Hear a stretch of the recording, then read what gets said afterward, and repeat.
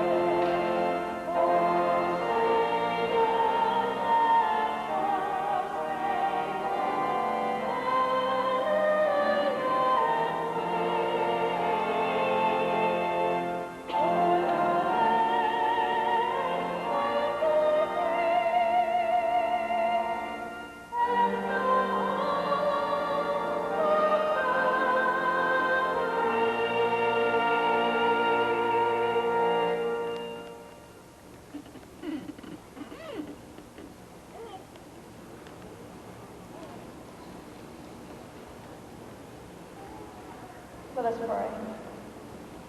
Gracious Creator, thank you for this special occasion where families, friends, and faculty can join in celebrating with us the result of disciplined, open, and eager minds.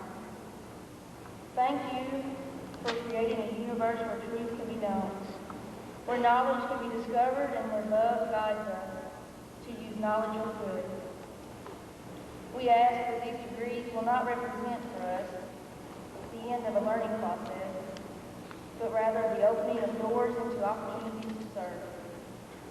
Help us to not merely be proud of our achievements, but to have a real sense of responsibility to take care of others, even as others have taken care of us. Today, as we celebrate, we also honor our family, our friends, and our teachers who have helped us to reach this milestone. In your name we pray. Amen.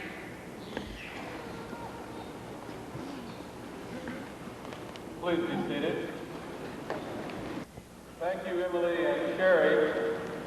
For this afternoon, both our singer and invocator are Morehead State University students. Our singer, Emily Weatherspoon, is a junior from Russellville, Ohio, pursuing an area of concentration in music education. Upon graduation, she plans a career as a vocal music educator. Sherry Hauser is also a Morehead State University junior, coming to us from Willisburg, Kentucky. She is pursuing a teaching degree with an emphasis in learning behavior disorders. She too plans a teaching career after graduation. We wish both of these students the best for their future endeavors. Music this afternoon's program also reflects the many talents which are developed through Morehead State University. A professor emeritus of English at Morehead State University was the 1991-92 recipient of the Distinguished Teacher Award established in 1964 with other members of our campus community. I am pleased to welcome you to this commencement ceremony. As many of you are aware, I am new to Morehead State University. In fact, this is my first commencement since taking office last month. I'm proud to be a part of this institution, and I'm pleased to have the opportunity to confer the degrees on this outstanding group of candidates for graduation. But today is more than a recognition of graduates. It's also a time to honor families who have worked hard and sacrificed to help make this day a reality. I want to continue a Morehead State University tradition by recognizing some of you in groups so that the members of the class can thank you publicly for your love and support. I would like for each of you to stand as a group as I call that group that best describes you. First, parents of the graduates. If you would all please rise. Come on.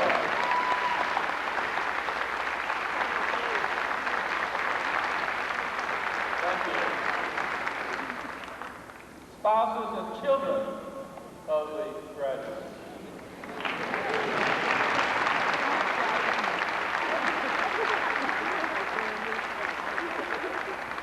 And of course, everything has to have a beginning, and they wouldn't be here without you. Grandparents and great-grandparents, if you would rise.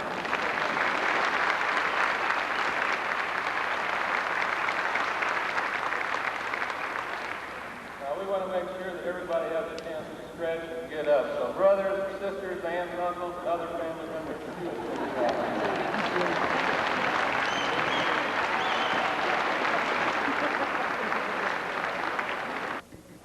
send young people to college these days. And I know it's hard to speak for all the graduates and members of the faculty here, but truly all of you who stood and were recognized, there is a great deal of love and appreciation that I know that they will share with you later. Also, to demonstrate what a regional public university like Morehead State means to Eastern Kentucky, I will ask those of you in the class who are the first members of your family to graduate from college, if you would rise and stand and be recognized. Any of our graduates first time?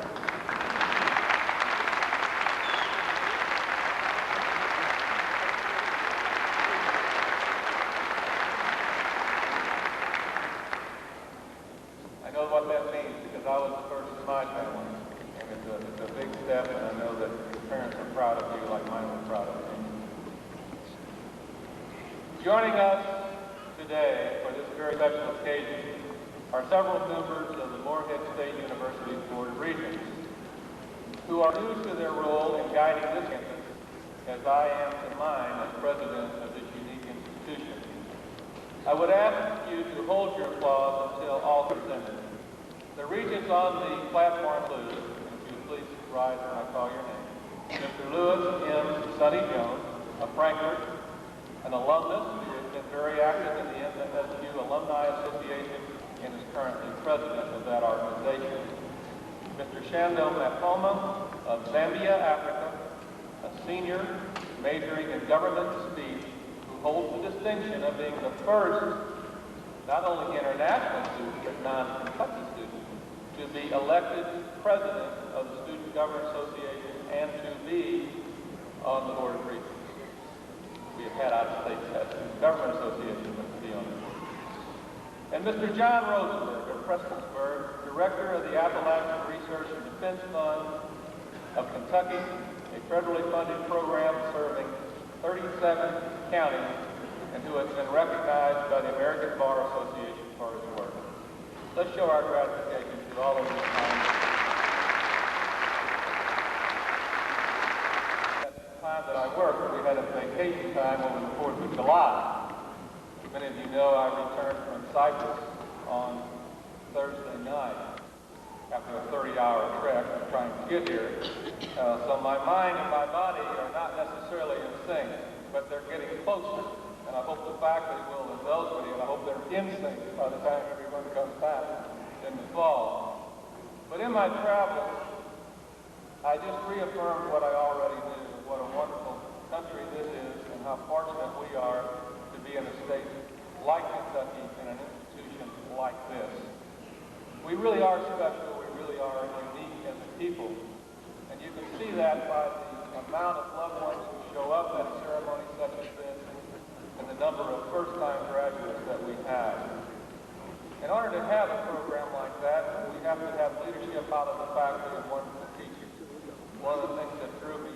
that. But also we must have persons with vision at every level of this institution to help lead it. And one of those is Dr. John Philly, who serves as our academic vice president of the university. In this capacity, he is the senior member of the faculty and is responsible for the credibility and the quality of our academic programs in consultation and cooperation with our fine faculty. Dr. Philly is well qualified for this, the most important administrative responsibility within the university. He has served since 1960 as a faculty member and department chairperson and dean and now vice president. He has distinguished himself as a scholar and is highly respected in the discipline of geology. Dr. Philly will now come forward and introduce the remaining platform guests. Dr. Philly.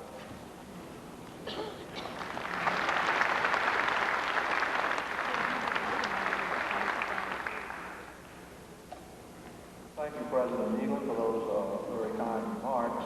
Degree in elementary education and rank 1 certification from Morehead State University. But today he will receive a Master's of Arts degree in English. He is a graduate of the Whittier College and continued his studies at Queen's College in Belfast, Northern Ireland, under a Rotary Foundation Fellowship, and later received his Teacher of Education training at Simon Fraser University in British Columbia. A native of Southern California, he came to Eastern Kentucky 18 years ago. Now a high school social studies teacher, he also coordinates Elliott County extended school services and after-school and summer tutoring programs. Active in civic endeavors, Frank works with the Prison Visitation and Support, a national organization whose members visit inmates who otherwise would have no visitors. He also has served his community as a member of the Morehead Brown County Arts Council and the Morehead Athletics Club, as well as coaching in the Youth Soccer League. Frank has been active in the Governor's Scholar Program as a faculty member and assistant dean. In completing his graduate degree in English, Frank wrote a creative thesis in poetry, an area in which he hopes to more fully develop his talents. It's my pleasure to introduce to you our speaker for this afternoon, Mr. Frank Olson.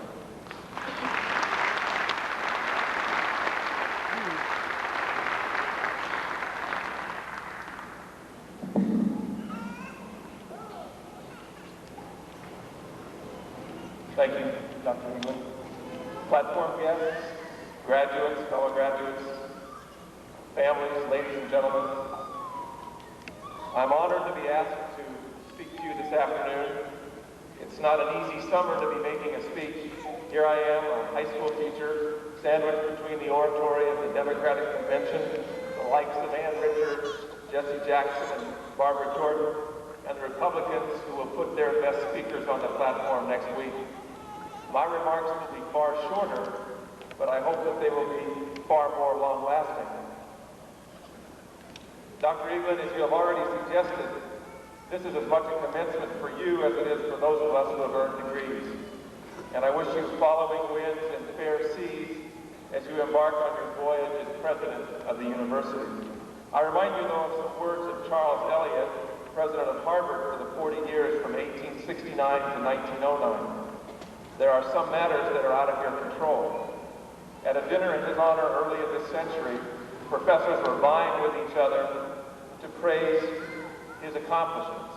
One speaker congratulated him on achieving miracles at the university. Since you became president, Harvard has become a storehouse of knowledge, he said.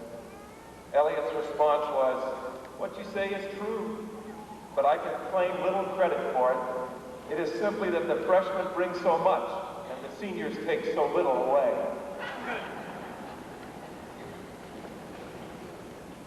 I asked then, what about a graduate student who's been here maybe too long?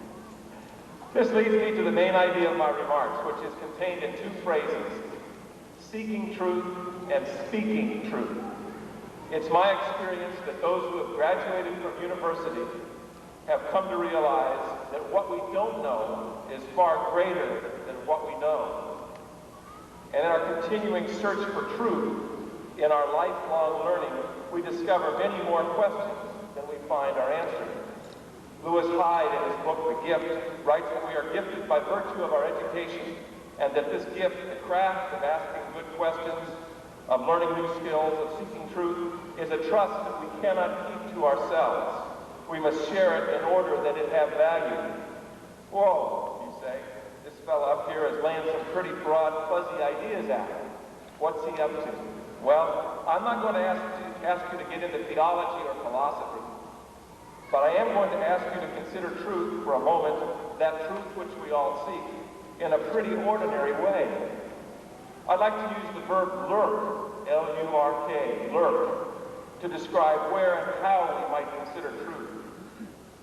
Truth lurks, I suggest, wherever there is enough space that a mind can comprehend, wherever our cognitive capability can range, from the space between electrons in an atom to the space between the chairs upon which we sit, from the distance between our homes and this university to the space between the galaxies and the universe, and even the space between our universe and another, if there be one. Truth lurks in every space where there is room for thought. We seek truth as we live our lives. We cannot help it. It's part of the human condition. And it is part of our present state of being the latest link in our personal chain of learning, a chain that has determined who we are individually, intellectually. My chain, probably not too much different from any of ours, includes Mr. Wood, my wonderful fourth grade teacher in Pasadena, California. He was an out-of-work actor who taught school to make ends meet. My father is also in my chain. He went east from Los Angeles to earn a PhD at Harvard, where he studied with Frederick Jackson Turner and Felix Frankfurter. Michel Boisseau, my thesis advisor, is my latest link. With whom did these folks study, and the folks that taught them? What teachers make up their chains of learning? For whom are we links in chains of learning? Centuries collapse as we trace our intellectual genealogy back to the cusp of prehistory, when written records were few and when Homer told his tales. We would all agree that Homer was a gifted person, gifted as a poet, and so are we each gifted, each in our own way. We must give this giftedness away in order that it stay alive. This gift, our gift, must always move. How it moves brings me to the second part of my talk, speaking truth.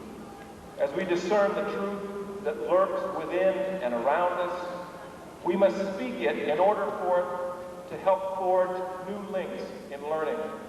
Now, this speaking truth isn't necessarily a highfalutin task reserved for ivory tower types, self-appointed intellectuals, PhDs, or preachers. It's something that each of us does every day as we live our life. It's Eric, our son, who looked me in the eye well after midnight 2.5 years ago and gently said, "Dad, don't be a dad." You see, he'd been traveling in Europe for several months, and he'd done just fine without a dad. Speaking truth is also Fran Helfenstein gently suggesting to me 8 years ago during the bibliography class, "Why don't you get an MA in English?" We all have these voices speaking truth to us. Speaking truth was behind the actions of my boss, Gene Binion, superintendent of the LA County Schools, when he and others brought the lawsuit that challenged the legislature to change the course of education in Kentucky. Sometimes speaking truth brings conflict, and the resolution of conflict is astonishing. In 1521, when the surviving crew on the last of the Magellan ships finally made contact with the Europeans on the Cape Verde Islands off the coast of Africa, their carefully kept logs indicated that it was Saturday, the 6th of September. But the folks on the islands were going to church. They knew the day as Sunday, the 7th of September. A battle almost broke out. The scientists of the day struggled with the conflicting data and came to realize that Copernicus was correct. The Earth was indeed round, and it rotated one cycle every day. By circumnavigating to the west, Magellan's crew had lost a day. The sailors had no idea of the importance of their meticulously accurate log-keeping, but by simply speaking the truth of the day of the week, our understanding of the solar system became clearer. Seeking truth, speaking truth. When Odysseus finally finishes telling Alcinous in a marathon overnight storytelling session of his adventures, Alcinous responds in the Robert Fitzgerald translation of the Odyssey, "You have told your story as a poet would, a person who knows the world." Alcinous was seeking truth. Odysseus was speaking truth. I'm grateful for the opportunities to do both that this university has given to me and to my family. This has become especially clear to me as I struggled the last 2 years writing and revising the poems for my master's thesis. I'd meet 2 or 3 times a month with Michel Boisseau, and in those hours of wonderfully honest give and take, we sought and spoke truth to each other. Sometimes her comment was something like, "There's a poem hiding in here somewhere, Frank, but..." We all know those academic buts. There were also the glorious days when she said, "This is you, Frank. I leave it as it is." In conclusion, let me remind us all once again, first, of the obligation we have to keep our gifts that we are given alive by keeping them moving.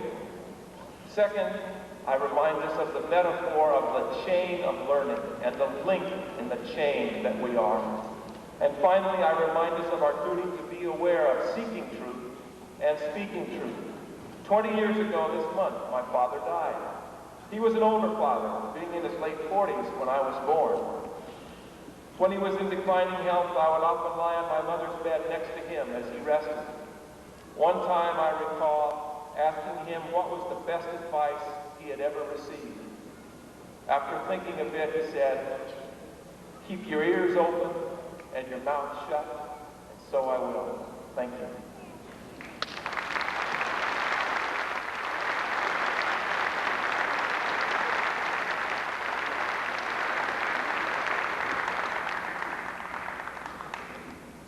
Frank, we're indeed proud of you, and that you came 18 years ago from that other state on the other side of the world to us. And I know the students at Elliott County High School are real fortunate to have you. When you talk of higher truth, I have to confess that I just made a mistake, so I need to tell the truth. Because I forgot to recognize a very important truth. Now, I'm saying this is the first public mistake that I've made since I've been here, and I hope we have a forgiving truth.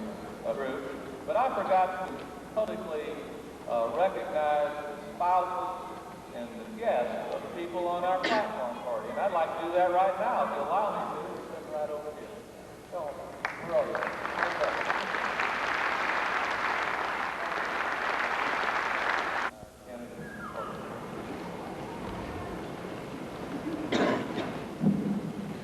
Now we will proceed with the granting of degrees, beginning with the awarding of the graduate degrees declared by Dr. Martin Glasser. Will the candidates for the education specialist degree please stand and be recognized?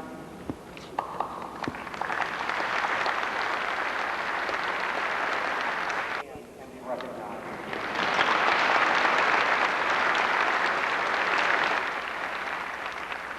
Please remain standing.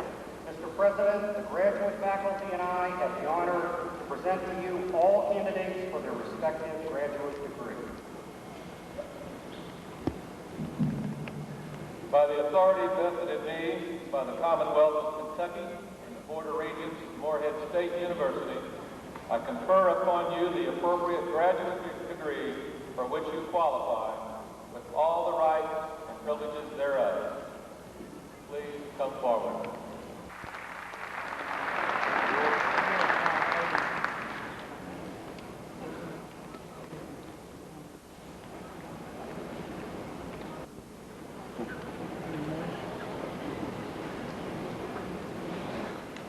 formal recognition is given to 4 years graduates who have achieved academic excellence. Baccalaureate degree recipients, please stand and be recognized.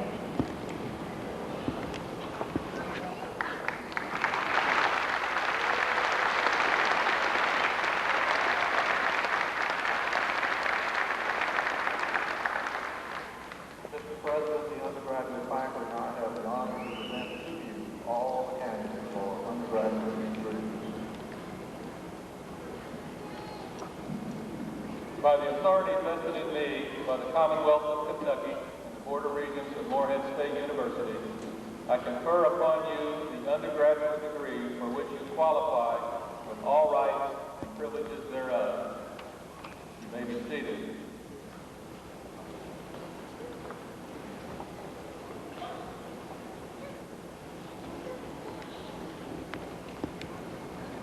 Will all candidates for bachelor's degrees in the College of Applied Science and Technology please rise and come forward?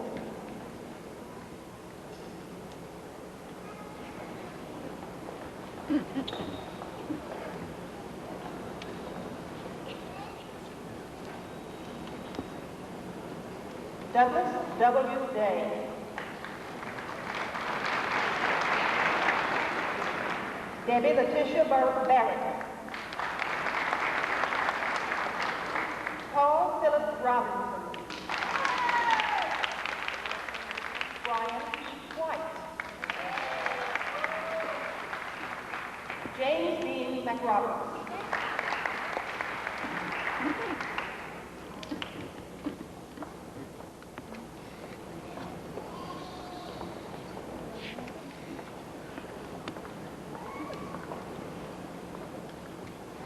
Will all candidates for the baccalaureate degree in the College of Arts and Sciences please stand?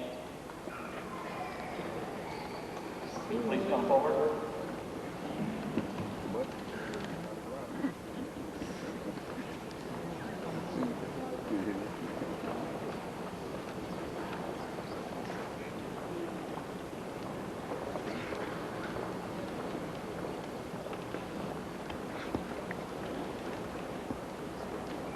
Cynthia Clark Osborne. Graduating with honors, John Ray Cox. David L. Hassel. Maceo Thomas Bishop. Judy Lynn Bowling. Sherry Lynn McElder. Judith C. Watkins. Graduating with honors, Christy L. Phillips. Laurie Ann Cole. Deborah K. Baer. Graduating with honors, Joseph Mark Phillips. Paula Renee Daniels. Graduating with honors, Stephanie Annette DeCamp. Charles Brody Ford. Graduating with honors, David L. Lacey. Derek P.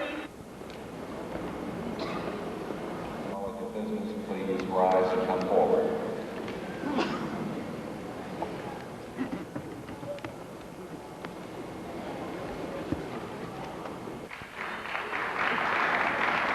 Teresa Faye Whitaker. Edward L. Howard. Kenneth Jerry Hopkins. Graduating with honors, Ron.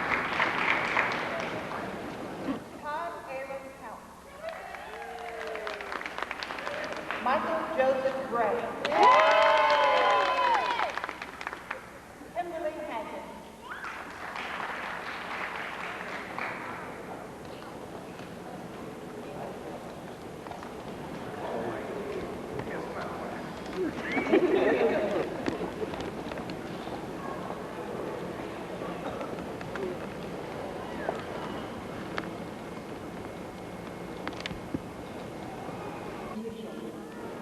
Here to formally induct you into Morehead State University's Alumni Association is its president, Sonny Jones.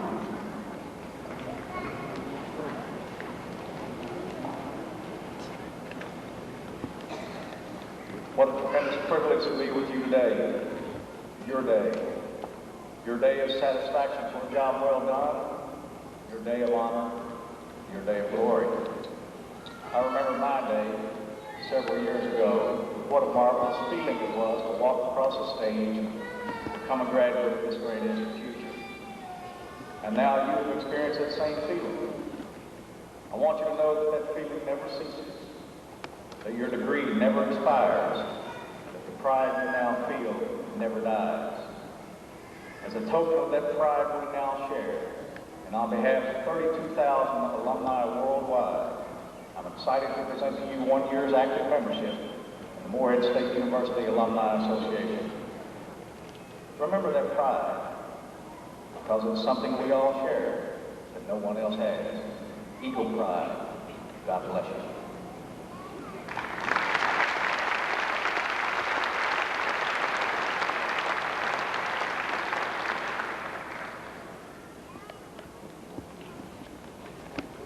I'd like to give special recognition. To have a ceremony like this takes a lot of people. People willing to give up their time and effort, faculty willing to give up their time to share with you and their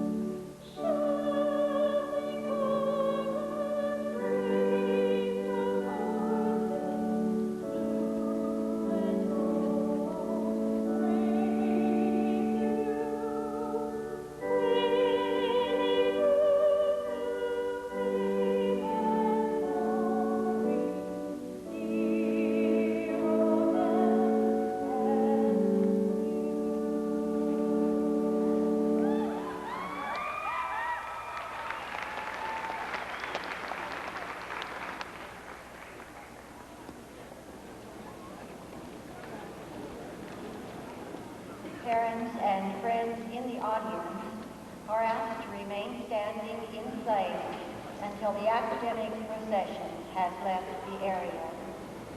You are invited also to attend a reception hosted by President Eaglin on the north lawn of this complex, immediately following today's ceremony.